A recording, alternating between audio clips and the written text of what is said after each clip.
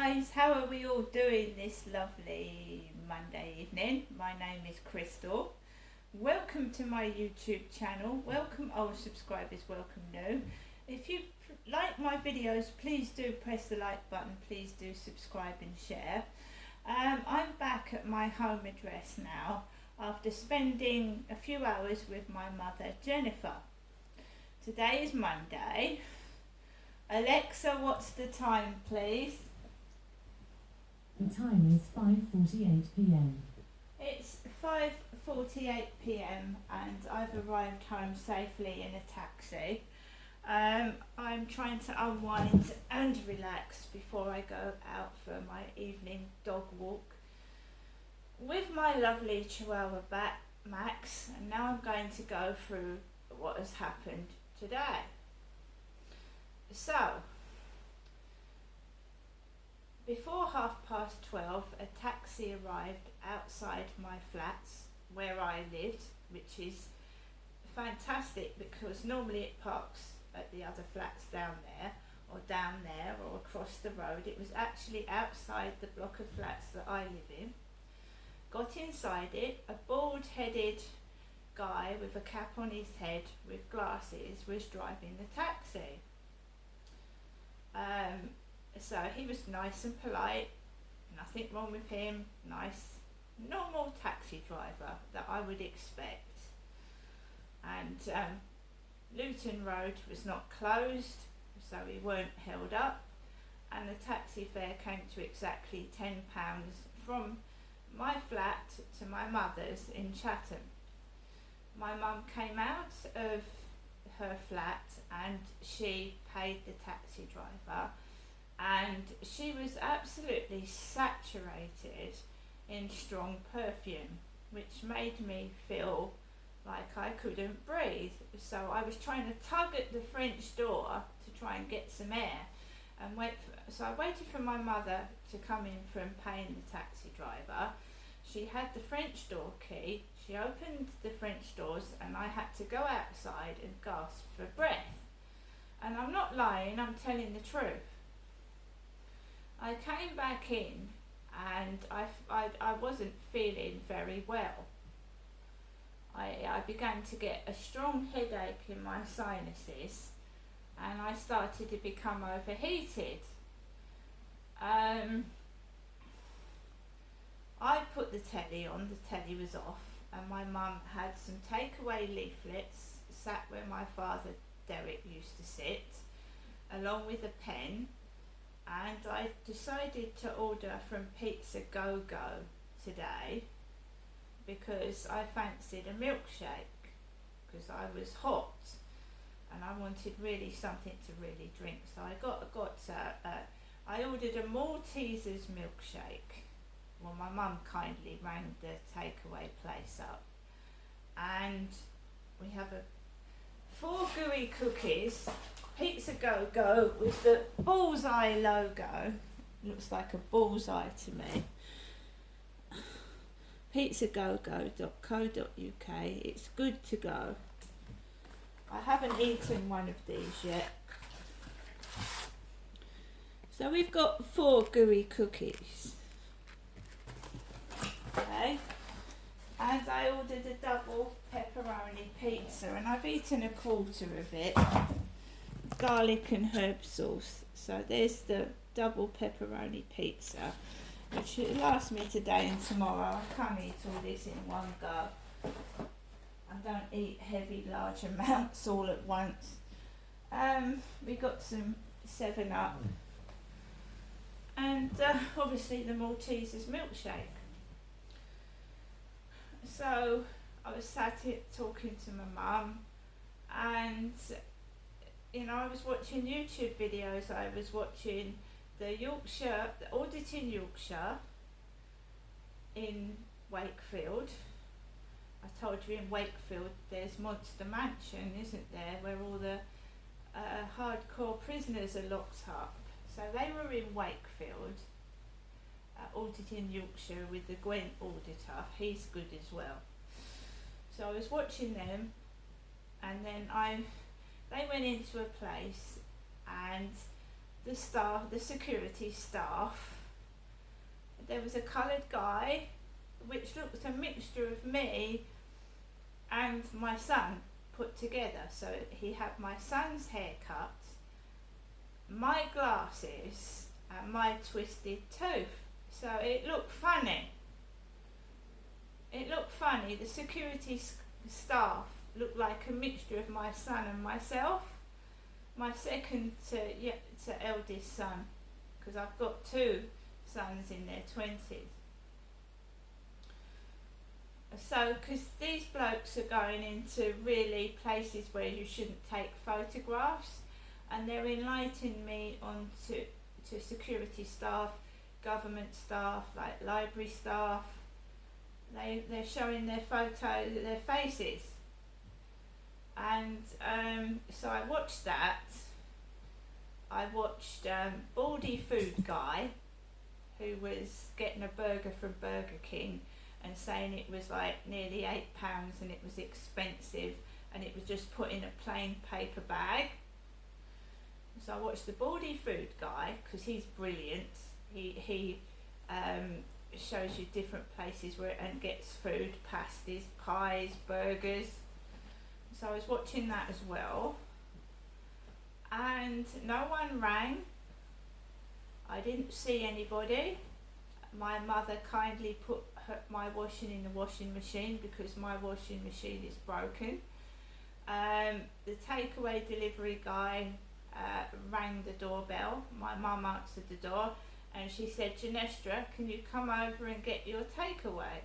And I went over and I got my takeaway.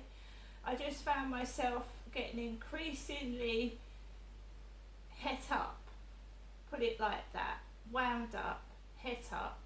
I started to come over extremely hot and sweaty, and I couldn't breathe. The perfume that my mother was wearing was so overpowering, I actually felt like I was going to faint. When I walked in, I said, "Mum, how much perfume have you put on?"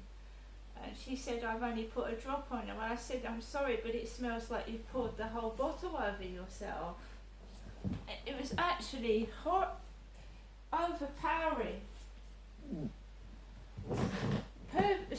Perfume can actually be quite dangerous.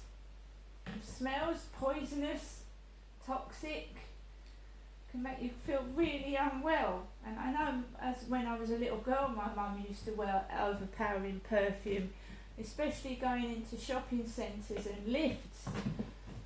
Could suffocate you. I said, "Mum, I'm not being nasty, but it smells like you've poured the whole bottle over yourself." I said, "No wonder you can't breathe." It's not good for her, is it? So I was concerned about her as well because she's got bad breathing difficulty.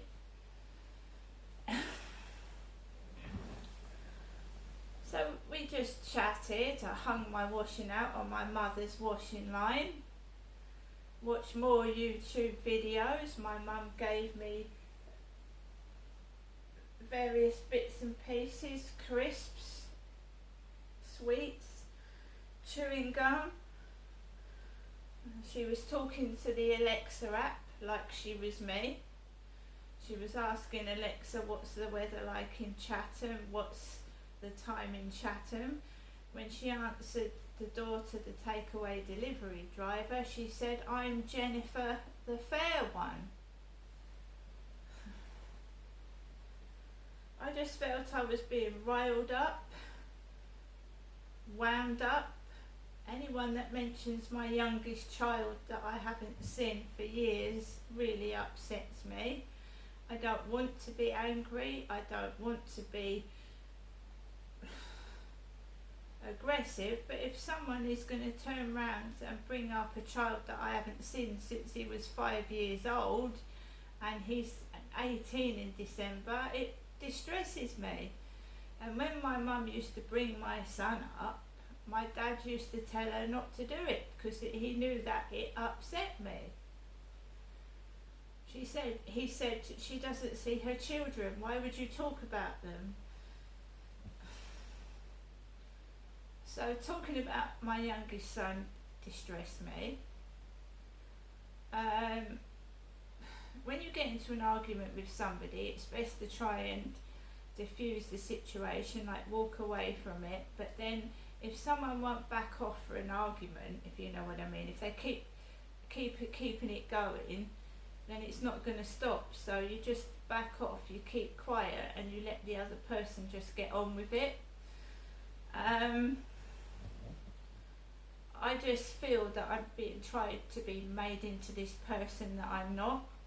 I'm not my mother. I'm not a sparkling person that goes out talking to everybody. I'm a very solitary, introverted person. So trying to make out I'm a thief, I've never been in trouble with the police.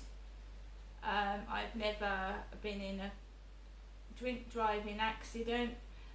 I've never drunk driven because I can't drive a car. I've never really broken the law, if you know what I mean. I've phoned the police, and I found the situation turned around where I've been put in a cell, where I phoned the police, and they've put me in a cell for something that I've rung up and complained about.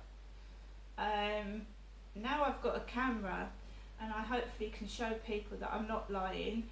That was Charlie. He did come up to me on the field, and you heard me say to him, "No, you're not my boyfriend," right?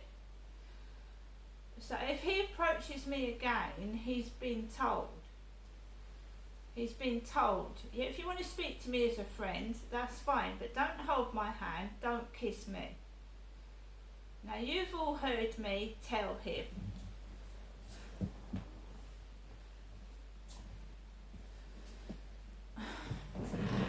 This is where the problem starts, when someone will not take no for an answer, even though they've been told several times.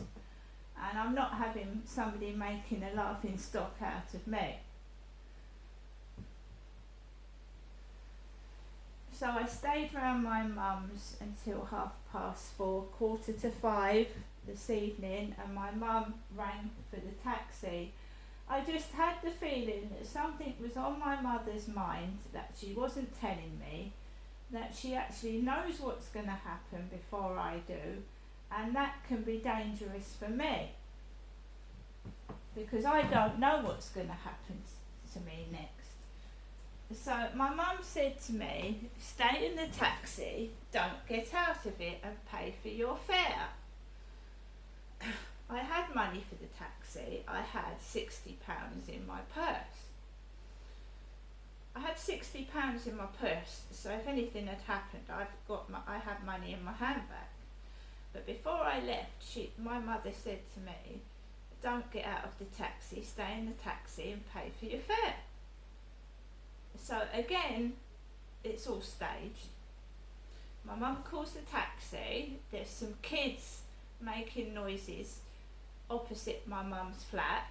There's kids, like when my mum came into the flat, after paying the taxi driver, I'm sure I could hear a kid's voice going, "Yuck," but I don't say anything to my mother because I don't want to upset my mum. And it's me these things are happening to, not my mother. My mum didn't have a man upstairs stomping on the ceiling with his kids for 2.5 years. That was me. She's got a nice peaceful old lady above her head that I can hardly hear her. So I put my bags out by the tree. My mum said to me, watch your bag. So then I don't know if there's a thief around there or someone's been taking things, but my mum said, keep hold of your handbag, because she worried someone was going to take my money. A white taxi driver, a white taxi arrived and there was a driver from Uzbekistan, he said. Uzbekistan. And I know everyone thinks it a joke. It's not funny what happens to me. I don't like it, but they have a script, and I have to act to get my money, to get food. I have to act for it. Well, that's what it feels like. So I thought, right, okay, I normally sit in the back of the taxi and I take the fucking bullshit. I just take it. The rudeness, the fucking horrible fucking shit, I take it. But I've been learning from Auditing Yorkshire and the other auditors how to deal with these obnoxious, irritating, nasty people that take the piss. So I had a heavy bag and another bag in my handbag, and he was sat there and he was on the phone to somebody. They normally are, which is dangerous when the car is in motion, but it was stationary. So he opened the back of the taxi. I struggled to put this heavy bag in the back because my mum had given me dog food, cat food, and it's heavy. So I lifted it up, put it in the back of the boot and the other two bags, and I sat in the back seat. He waved to my mother. She seemed to know who he was. She said, "Get Janestra home safely," usual. So the taxi goes down Durrell Gardens, up the road past the chemists, down past the Hen and Chickens, down to the Luton Road, and he's yapping while he's driving. And he's yapping to me. And he was yapping to me about a dog. He said, you the lady, that's the mum with the daughter with the dog. I went, I haven't got a dog at the moment. He said, no, but you're the lady with the dog, right? I said, yeah, but I haven't had a dog in this taxi and he said for about a year. I said, that's right. And he started coughing like the bloke upstairs. And remember that my mum had said, don't get out of the taxi and pay the driver. And this guy was going, and then he drove a few minutes more. And it was pissing me off. It was annoying me. Then the phone rang. The mobile phone went off. He went, excuse me, I've got to take this call.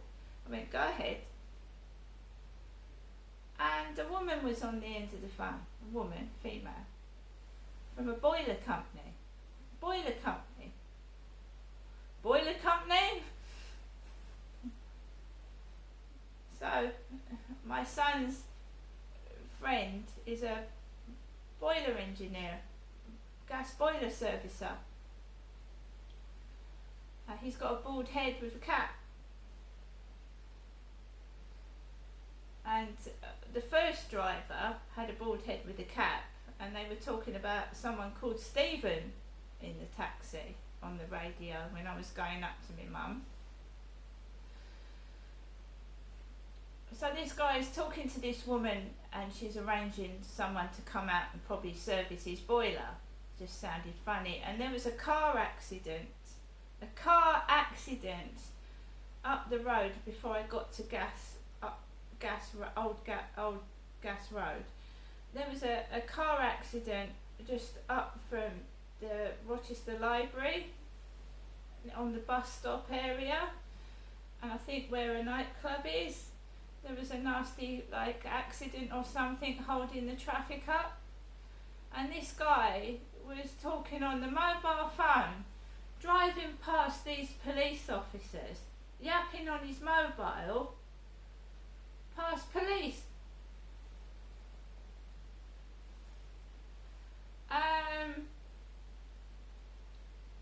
And my mum had told the driver to get me home safely, so usual baloney, bollocks and fucking make-believe. A guy on a mobile phone driving past police officers. It's ridiculous. So the driver, he was I told him, I said, you're talking about a dog, right? A dog that I haven't had in a taxi for about a year. He said, yes, I remember you.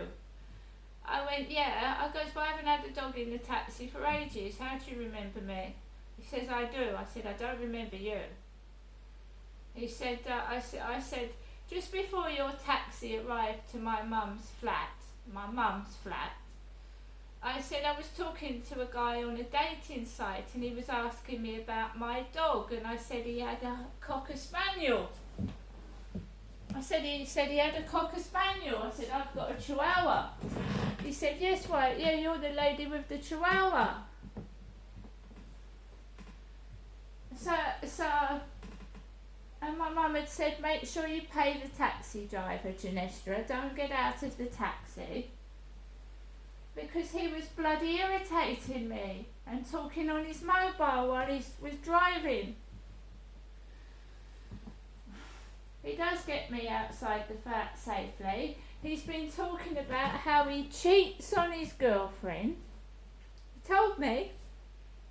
He said, I cheat on my girlfriend. Sometimes I go with older women. I said, does your girlfriend allow that? I said, does your girlfriend cheat on you? And he went, no. I went, well, why do you cheat on your girlfriend? Oh, she doesn't mind. She doesn't mind. And then the guy that's got the Mercedes car, a dark blue Mercedes type car, parks out my bedroom window. Just after I've arrived home in a taxi, and he's got a tiny little foreign girlfriend with black dark hair, and they haven't parked outside Trudy's flat, who's got long dark hair. Mine is pink at the moment, pinky red. So this car is parked outside mine, Crystal's bedroom, not Trudy's. The lady next door to me has got long black hair. And the guy with the bald head and the cap that drives the Mercedes has got a girlfriend with long black hair.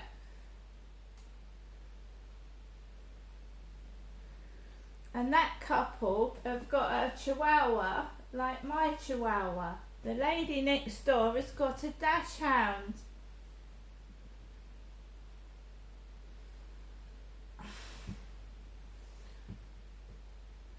I obviously need to unwind and relax before I take Max out. But I think somebody's mixed up as to who's who and what's what.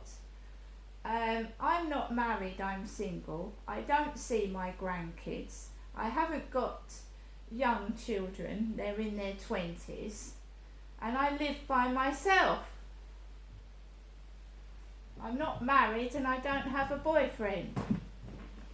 Hence, that Charlie was trying to chat me up and ask me round to his flat for a coffee, because he wouldn't ask a married woman round there, surely. She's married next door. Right.